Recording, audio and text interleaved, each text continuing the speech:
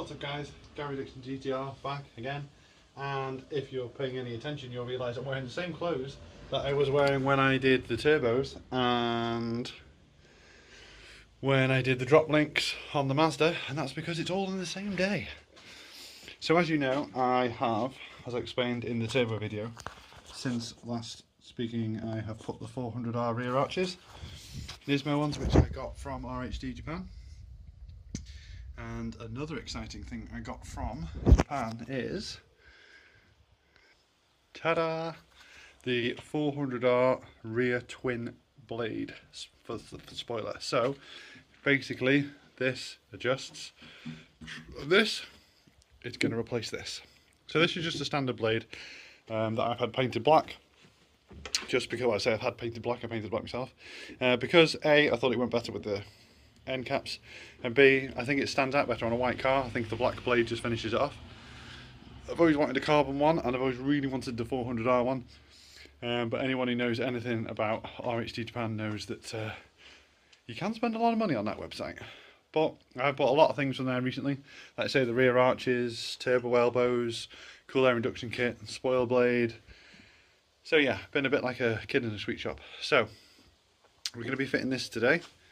So this is only going to be a short video because I can't imagine it's going to take long to put on, famous last words.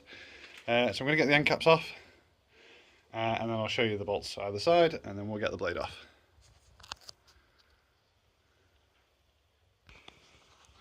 So basically you undo the little Allen key bolt in there and then it unhooks from this end. And then that gives you the ones for the spoiler, which I'm going to get off now. So, put this on there. Slide this one off as well.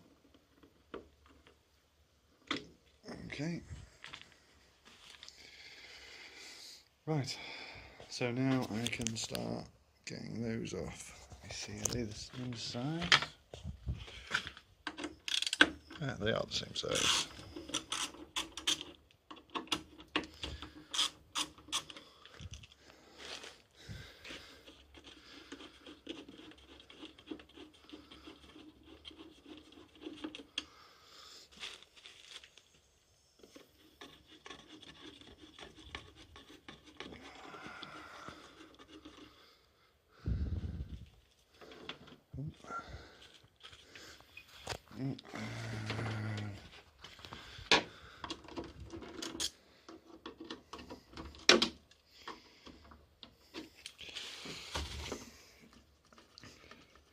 So difficult trying to film with one hand and do stuff with the other.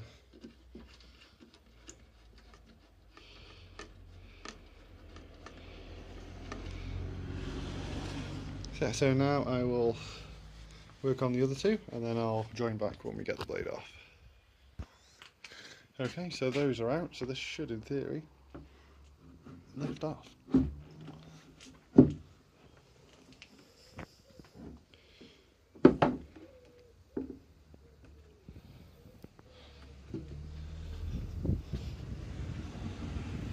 And there we go, that's the old one off. So I'll give that a bit of a clean up and then I'll start putting the new one on. I'm obviously not going to try and put the new one on one-handed while filming, so I'll just sort of catch up when it's sat in place. Right, so I've got the first adjustable piece in, using the one screw there. I just need to slot the blade, the bigger blade now, into here. Okay, so this is the bigger blade put in place,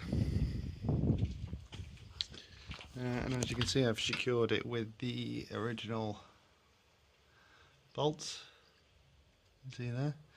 So just need to get the end caps back in place and then this is done. Right, end caps are back on. As I said, quite a quick video really, because well, it's one bolt to take off the end caps, 4 bolts to take off the original spoiler each side, and then 3 bolts to put this one back on each side. So there's not really a lot I could milk out of it, but that is it. That is the spoiler in place. Just like the original, it's all adjustable, so if you want to, you can adjust this up and down, and you can also adjust the rear separately now, up and down as well. I just have it in the factory position where it was. I think it looks best, to be honest. But it is fully adjustable, just like the original wing was. So yeah, that's it. Give you a little bit of a look from the underneath.